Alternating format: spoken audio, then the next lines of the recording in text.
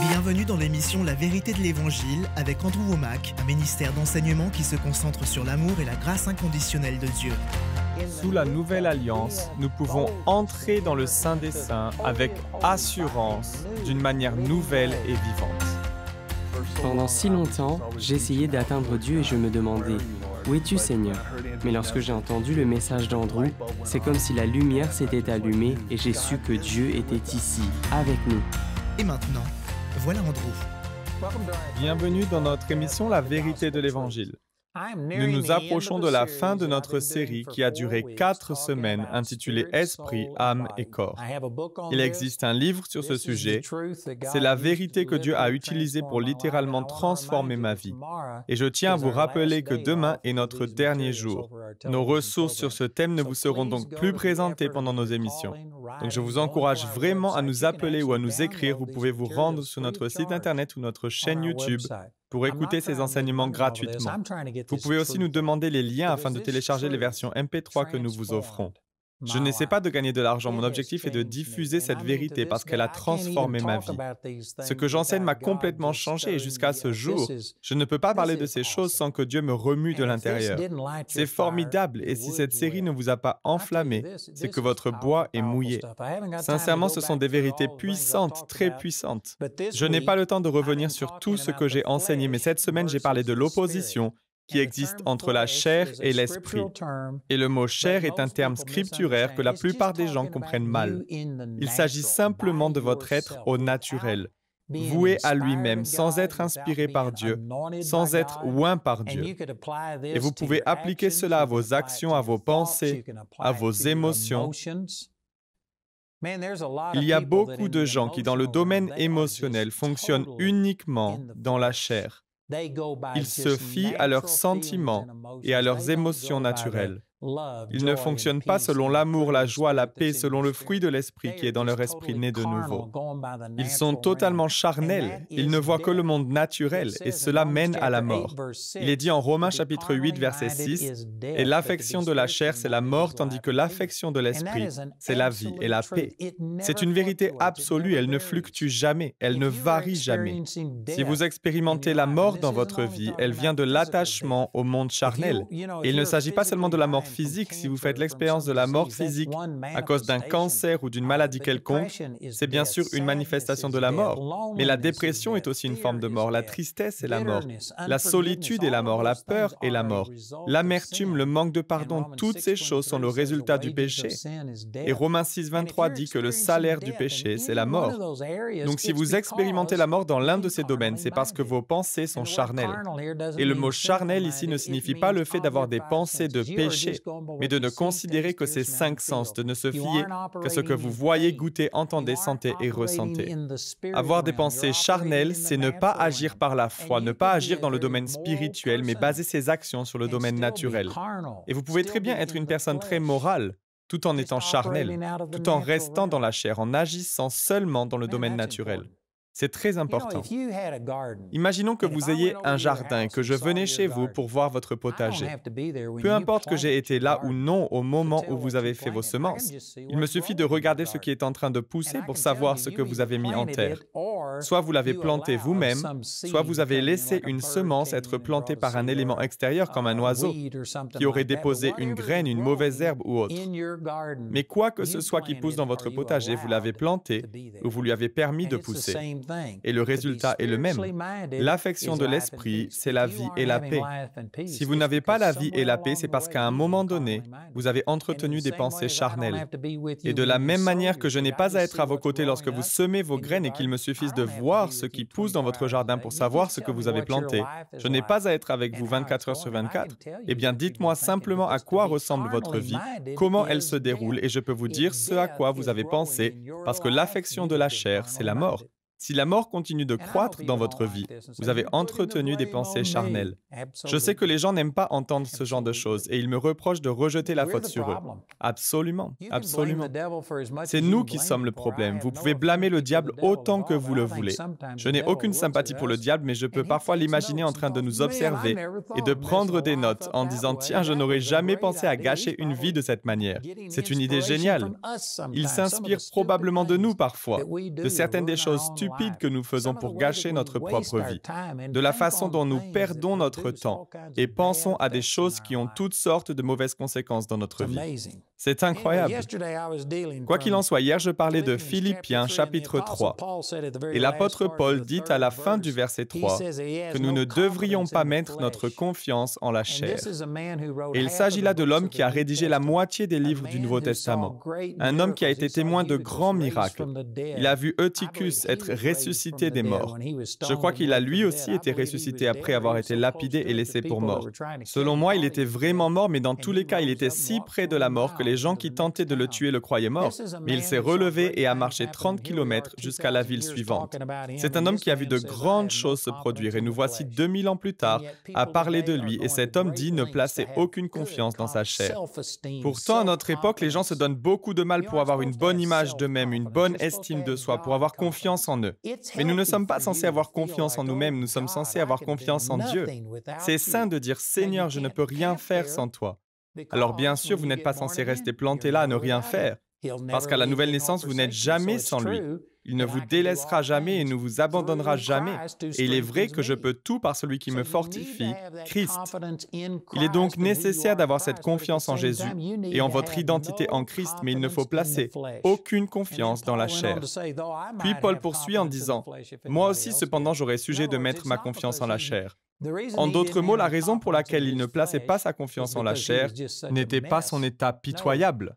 Non, Paul était l'un des plus grands érudits de son époque. Il avait gravi les échelons. Il était en position d'honneur et d'autorité. Il avait plus de succès et de perspectives que la plupart des gens qui regardent mon émission en ce moment même. Et pourtant, il a choisi de ne pas mettre sa confiance dans la chair. Lisons maintenant Philippiens 3:7. « Mais ces choses qui étaient pour moi des gains, je les ai regardées comme une perte à cause de Christ.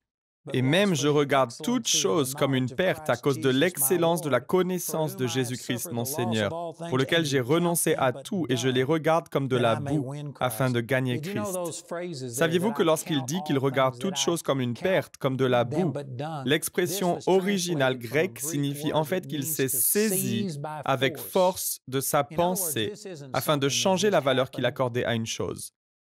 Autrement dit, ce n'est pas quelque chose qui est arrivé automatiquement, ce n'est pas une chose qui est arrivée par elle-même, c'est une chose qu'il a dû choisir de faire. Paul a dû intentionnellement, volontairement perdre l'estime qu'il avait pour toutes ses grandes réalisations et ses grandes capacités et estimer Christ à la place. Cela n'arrive pas naturellement. Saviez-vous que si les gens sont livrés à eux-mêmes, ils deviennent égocentriques? Lorsque nous sommes arrivés dans ce monde, nous étions déjà égocentriques. À la naissance, vous ne vous souciez pas du fait que votre mère ait été en train d'accoucher pendant des heures. La nuit, cela ne faisait aucune différence que d'autres personnes essayent de dormir. Vous réveillez les gens, vous faisiez ce que vous vouliez. Vous n'aviez pas conscience que quelqu'un d'autre existait. C'était vous le centre de l'univers. Et laissé à vous-même, vous continueriez de dépendre de vous-même. Vous essayeriez toujours de placer votre confiance en vous-même. Car par nature, nous sommes ainsi. Nous essayons intuitivement de résoudre tous nos problèmes par nous-mêmes. Et nous ne nous tournons vers Dieu que lorsque nous arrivons au bout de nous-mêmes. Mais je vous dis aujourd'hui que vous n'avez pas à attendre que quelque chose de physique vous arrive et vous amène au bout de vous-même. Vous pouvez y parvenir par révélation. C'est ce qui est arrivé à l'apôtre Paul. Il était en route pour Damas dans le but de persécuter l'Église et il a eu une rencontre extraordinaire avec Dieu. Il lui est apparu et lui a montré qu'il ne persécutait pas seulement les gens, il persécutait Jésus et que Jésus était Seigneur. Et Paul a dû se saisir avec force de tous ses accomplissements et décider de ne plus leur accorder son estime. Il avait une grande expérience. Il avait montré aux gens combien il était important. Il avait gagné la faveur de centaines, de milliers de personnes. Et il a tout regardé comme une perte. Il s'est saisi avec force de toute sa confiance et son estime de soi. Il les a regardés comme de la boue. Il a rejeté ces choses. Et il continue en disant « Et même, je regarde toutes choses comme une perte à cause de l'excellence de la connaissance de Jésus-Christ, mon Seigneur, pour lequel j'ai renoncé à tout, et je les regarde comme de la boue afin de gagner Christ. » Cette traduction utilise le mot « boue », mais dans d'autres versions, il s'agit du mot « ordure ». Et on pourrait utiliser d'autres mots pour mieux comprendre la pensée de Paul. Il ne passe pas par 4 chemins. Il a regardé ses accomplissements et ses capacités charnelles comme un déchet, comme quelque chose dont vous voulez vous éloigner le plus possible.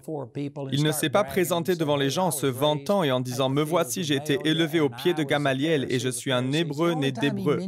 La seule fois où il a mentionné ces choses, c'était pour essayer de prouver qu'il comprenait d'où elles venaient, qu'elles appartenaient à la chair et que bien qu'il ait tous ces avantages, il ne leur accordait aucune estime. Il n'a pas encadré ses ordures pour les accrocher au mur, comme nous le faisons aujourd'hui. Nous aimons encadrer toutes nos grandes réalisations et je sais qu'il y a un équilibre à trouver. Je sais que certaines personnes doivent avoir des diplômes pour pouvoir travailler dans la profession à laquelle elles sont appelées, ce genre de choses. Je ne suis pas à 100% contre cela, mais il est certain que parfois nous pensons n'être redevables qu'à nous-mêmes. Nous nous glorifions de tous nos beaux accomplissements et nous pensons « Regardez ce que j'ai accompli, je me suis construit tout seul ». Vraiment, cette attitude est une puanteur dans les narines de Dieu. Il vous faut arriver au bout de vous-même avant de vraiment commencer à faire l'expérience de Dieu dans votre vie. Et malheureusement, la plupart des gens attendent que la vie les mette à terre et les amène au bout du rouleau. Et forcément, quand on est tombé si bas, la seule direction dans laquelle on peut regarder est vers le haut. C'est là que la plupart des gens viennent à Dieu. Mais il n'est pas nécessaire qu'il en soit ainsi. Il est possible d'apprendre grâce à ce que Paul dit ici même ou au travers de mon témoignage de ce que j'enseigne. Vous savez, je suis né de nouveau à l'âge de 8 ans, mais 10 ans plus tard, quand j'avais 18 ans, j'étais devenu un pharisien qui pensait être juste grâce à ses œuvres. J'avais vécu une vie sainte, je pensais que j'étais meilleur que les autres et je pensais que Dieu allait répondre à mes prières parce que j'étais saint. Mais je ne voyais pas mes prières exaucées. Alors je pensais simplement que c'était parce que je n'étais pas assez saint. Donc je faisais plus d'efforts, je pensais arriver à être juste et saint par moi-même, jusqu'à ce que Dieu se révèle à moi. Il ne m'est rien arrivé de mal. C'est par révélation dans la présence de Dieu que j'ai appris à ne pas placer ma confiance en moi-même, dans ma chair. J'ai réalisé que ma propre justice était comme un vêtement souillé, comparé à la justice de Dieu. Et je suis arrivé au bout de moi-même le 23 mars 1968. C'est par révélation que Dieu m'a montré ces choses. Vous n'avez pas à attendre que votre mariage s'effondre, que votre entreprise fasse faillite, que votre santé se détériore, avant d'arriver au bout de vous-même et de faire appel à Dieu.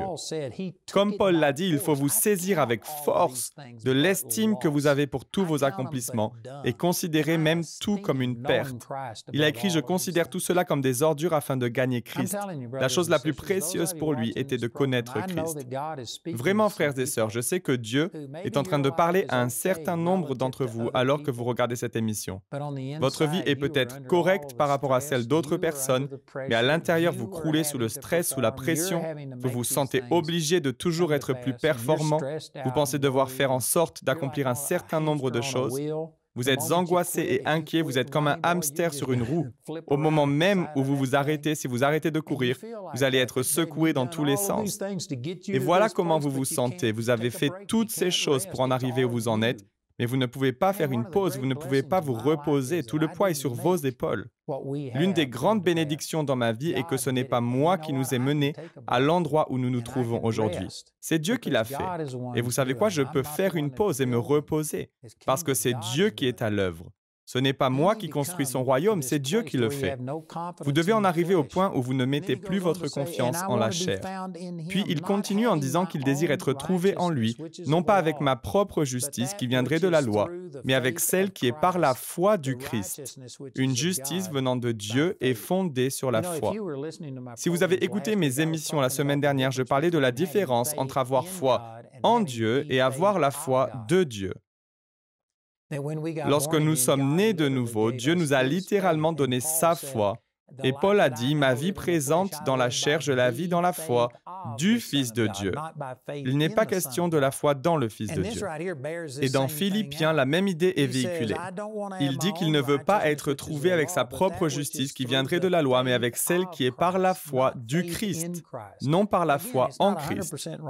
À nouveau, il n'est pas totalement erroné de dire que vous avez placé votre foi en Christ, mais lorsque vous faites cela, vous obtenez la foi du Christ. Vous obtenez sa justice, vous obtenez la justice qui est par la foi du Christ, et non la justice basée sur vos propres performances, qui viendrait de la loi.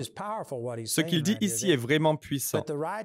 Il dit vouloir être trouvé en lui avec la justice qui est par la foi du Christ, une justice venant de Dieu et fondée sur la foi.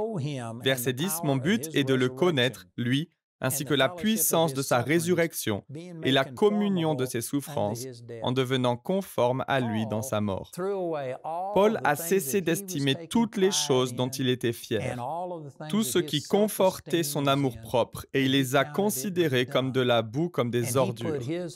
Il a fondé sa valeur et son mérite en Christ et non sur lui-même. À nouveau, il a dit que si quelqu'un avait sujet de mettre sa confiance en la chair, c'était bien lui. La raison pour laquelle Paul s'est tourné vers le Seigneur n'est pas parce qu'il n'était personne, parce qu'il était incapable. Non, Paul avait tout. Paul avait le respect. Paul était un leader parmi tous ses pairs. Il allait probablement devenir le chef des pharisiens à Jérusalem. Financièrement, il avait d'énormes avantages. Il avait toute la reconnaissance et l'honneur qu'il voulait. Et pourtant, il a tout rejeté. Il a tout considéré comme des ordures afin de connaître Christ. Ce que j'essaie de dire, c'est qu'il nous faut parvenir à trouver notre identité en qui nous sommes en Christ. Nous devons trouver notre satisfaction, notre contentement et notre sécurité dans ce que nous sommes en Christ et non dans ce que disent les gens, sans essayer d'impressionner les autres avec ce que nous sommes. Vous savez, quand je me suis vraiment tourné vers le Seigneur, pour la première fois, c'était en 1968, 69, 70, par là. Je me rendais à un grand nombre de réunions. C'était au plus fort du mouvement charismatique. Et quand vous rencontriez quelqu'un, il n'était pas rare qu'elle vous dise « Bonjour, je m'appelle un tel ou une telle », puis il rajoutait « Je parle en langue, j'ai chassé les démons, j'ai vu telle ou telle guérison, je prêche, je fais ci et je fais ça ». Et dans un sens, ils vous donnaient leur CV pour vous faire savoir qu'ils étaient remplis de Dieu, alors qu'en réalité, ils étaient uniquement remplis d'eux-mêmes. Ils se mettaient en avant. Et je dois admettre qu'il y a eu des moments où j'ai adhéré à ce genre de pratique. Mais en même temps, le Seigneur me montrait les vérités que j'enseigne aujourd'hui. Et je me suis mis à trouver mon identité et ma confiance dans le Seigneur et non dans mes réussites. Et je me souviens être allé à un culte à l'église de W.V. Grant. Ce n'était pas lui personnellement, mais une des personnes de son assemblée. Quand je suis entré, il m'a dit « Bonjour, je m'appelle un tel », puis il m'a donné tout son CV et m'a dit à quel point il était important, toutes les choses qu'il avait faites et comment il avait conduit les gens au Seigneur. Et il attendait ma réponse. « Alors, qui êtes-vous » Et au lieu de lui donner mon CV, je lui ai simplement répondu « Salut, je m'appelle Andy ». Et je n'ai rien rajouté. Je ne me suis pas assis là pour lui montrer que j'étudiais la parole et que je faisais toutes ces bonnes œuvres. Et parce que je n'ai pas passé de temps à me vanter et à présenter mes références, cet homme était persuadé que je n'étais pas né de nouveau. Donc il est venu s'asseoir à côté de moi et il me faisait des commentaires pendant l'appel au salut. Vous ne voulez pas vous avancer, vous ne voulez pas être sauvé. Et je ne lui ai jamais rien répondu. Et vous savez quoi, quand j'ai quitté cet endroit, j'ai réalisé que pour la première fois de ma vie, j'avais confiance en qui j'étais dans le Seigneur. Je savais que Dieu me connaissait et je savais que j'étais aimé de lui, que je n'avais pas besoin de passer du temps à impressionner les autres avec ce que j'étais, avec ce que j'avais fait. Ça a été un véritable tournant dans ma vie. Je m'en souviens comme si c'était hier. D'une certaine manière, c'était un incident mineur, mais ça a eu un impact significatif à l'intérieur de moi, parce que je n'ai pas eu à agir dans la chair.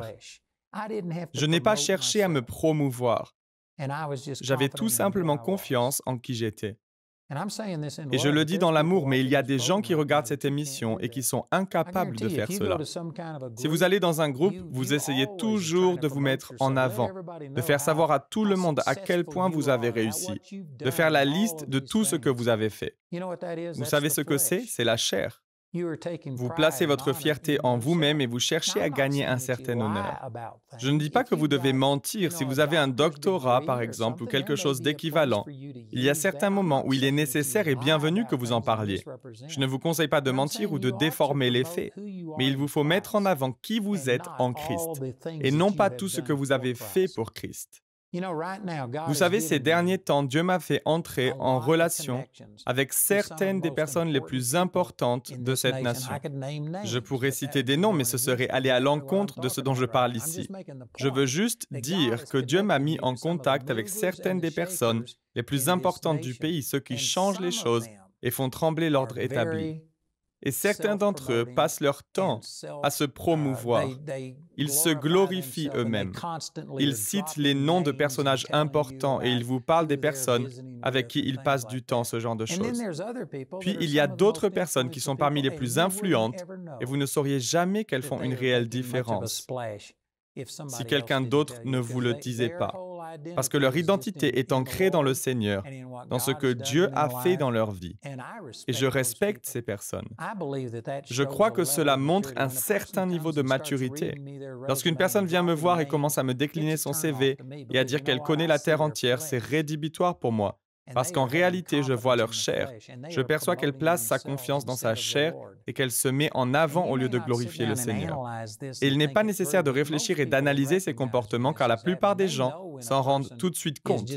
Ils savent lorsqu'une personne se met en avant et se positionne au lieu de donner toute la gloire à Dieu. Nous devons avoir cette attitude que Paul avait. C'est-à-dire de ne pas placer sa confiance en la chair et ne pas chercher à se mettre en valeur. Notre identité devrait être à 100% ancrée dans le Seigneur et non dans ce que nous avons accompli. Vous savez, par la grâce de Dieu, le Seigneur a fait de grandes choses dans ma vie. Rien que dans le domaine matériel, nous possédons probablement l'équivalent de 120 millions de dollars de bâtiments. Et il me semble que nous n'avons qu'environ 20 millions de dettes à payer. Vraiment, Dieu a fait de grandes choses. Mais vous savez quoi? Tout cela ne fait pas partie de qui je suis, de mon identité. Je pourrais m'éloigner de ces choses. Je ne mets aucune confiance en la chair, dans les choses matérielles et naturelles. Ce n'est pas ce qui me permet de me sentir en sécurité. C'est dans ma relation personnelle avec le Seigneur, dans le temps que je passe avec lui, que je trouve mon identité. C'est là que je reçois ma joie.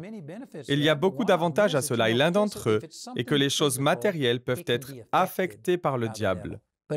Alors que ce qui est intangible, spirituel, s'il s'agit de mon identité dans le Seigneur, Satan ne peut pas y toucher. Je suis en sécurité tant que je reste dans le Seigneur et dans ce qu'il m'a dit de faire. Vous savez, une fois mon pasteur racontait lors d'un message la fois où il est parti faire un safari en Afrique. Il se trouvait dans un de ces véhicules dont les côtés étaient ouverts. Il n'y avait pas de porte, pas de fenêtre. Tout était ouvert. Et il roulait juste à côté de lions qui étaient sur le bord de la route en train de manger une carcasse qu'ils avaient tuée. Mais le guide leur avait dit, tant que vous restez dans le véhicule, tout ira bien, parce qu'ils vous voient comme faisant partie du 4x4. Et ils savent qu'ils ne peuvent pas vaincre un tel engin, donc ils vous laissent tranquilles. Mais il leur a donné un avertissement en racontant qu'il y avait un touriste. Il me semble qu'il était japonais, vous savez à quel point ils aiment souvent prendre des photos. Et il racontait qu'un de ces touristes est sorti du véhicule, du 4x4, sans trop s'éloigner, juste pour avoir un meilleur angle. Et instantanément, un lion lui a sauté dessus pour le dévorer. Il l'a tué avant que quelqu'un puisse intervenir. Et la leçon est que tant que vous êtes dans le véhicule, l'ennemi ne peut rien vous faire. Tant que vous êtes en Christ, tant que votre gloire, votre sécurité, votre estime et votre valeur sont en Christ, Satan ne peut pas vous toucher. Mais au moment où vous êtes dans la chair, dès que vous mettez vos succès en avant, qu'ils soient meilleurs que les miens ou pas, importe peu, le moment où vous êtes dans la chair, votre ennemi, le diable, qui rôde comme un lion rugissant cherchant qui dévorer, pourra vous atteindre. Il vous faut choisir de ne pas marcher selon la chair, mais de rester dans l'esprit. Voilà ce que j'enseigne. Demain sera mon dernier jour sur cette série. Ce livre « Esprit à mes corps » peut changer votre vie. Je vous encourage vivement à vous le procurer. Nous avons également d'autres ressources. Si vous écoutez notre annonceur, il vous donnera tous les renseignements nécessaires afin de vous les procurer. N'hésitez pas à nous appeler ou à nous écrire aujourd'hui. Le programme d'aujourd'hui fait partie de la série « Esprit, âme et corps ». Nous espérons que ce message vous a béni. Notre ligne téléphonique est ouverte aux heures indiquées à l'écran. Appelez-nous si vous avez des questions sur ce programme, si vous avez besoin de prière ou si vous désirez commander l'un de nos enseignements. Vous pouvez nous contacter au numéro qui s'affiche à l'écran. Ce programme a été rendu possible grâce au soutien financier de nos partenaires. Si vous souhaitez devenir partenaire, vous pouvez le faire en appelant ces numéros. Nous vous proposons un livre sur le même sujet que l'émission d'aujourd'hui, intitulé « Esprit, âme et corps », que vous pouvez vous procurer pour 14 €. Vous pouvez aussi opter pour les fichiers audio MP3 et vidéo MP4 sur clé USB pour 24 €. Le guide d'études est pour l'instant seulement disponible en anglais.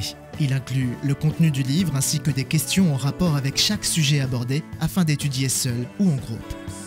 Pour tous nos téléspectateurs qui se trouvent en dehors de l'Europe, tous les produits que nous vous présentons sont disponibles grâce à nos bureaux dans votre région. Vous pouvez les contacter grâce aux détails qui s'affichent sur votre écran afin de connaître le prix dans leur monnaie locale. Andrew a à cœur que chacun puisse écouter ou regarder ce programme à sa convenance et puisse le partager avec d'autres.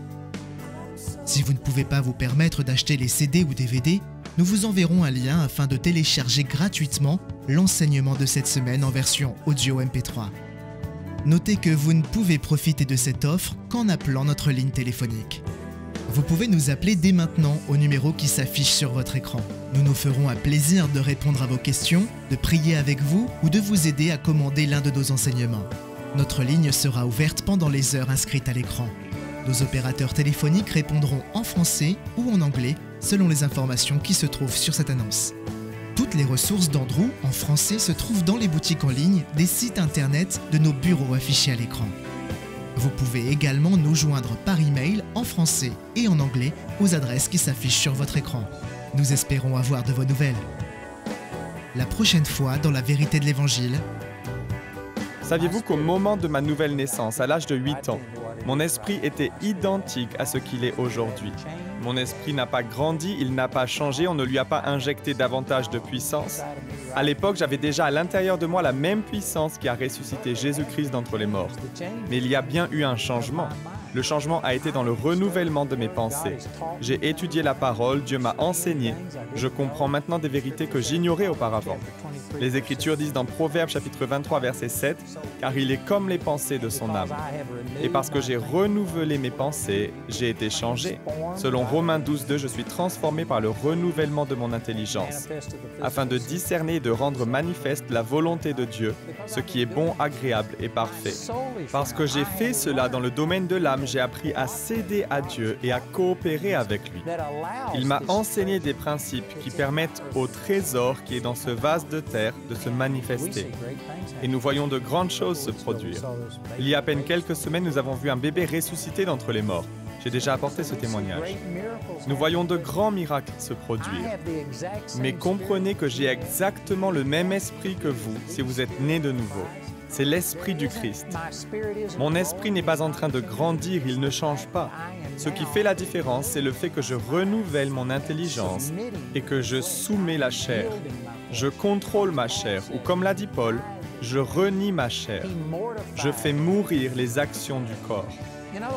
En d'autres mots, il a renoncé à gérer sa propre vie. Il a laissé le contrôle à Dieu sur son nouveau moi qui a été recréé à l'image de Dieu. Il a laissé le Seigneur contrôler sa vie au lieu de la contrôler lui-même. Je dis toutes ces choses afin d'illustrer l'opposition entre la chair et l'esprit. L'opposition entre une personne qui vit selon sa propre sagesse, selon ses propres talents, ses propres capacités, qui ne dépend que d'elle-même, et une personne qui vit par l'Esprit de Dieu. Rejoignez-nous pour plus d'émissions La vérité de l'Évangile.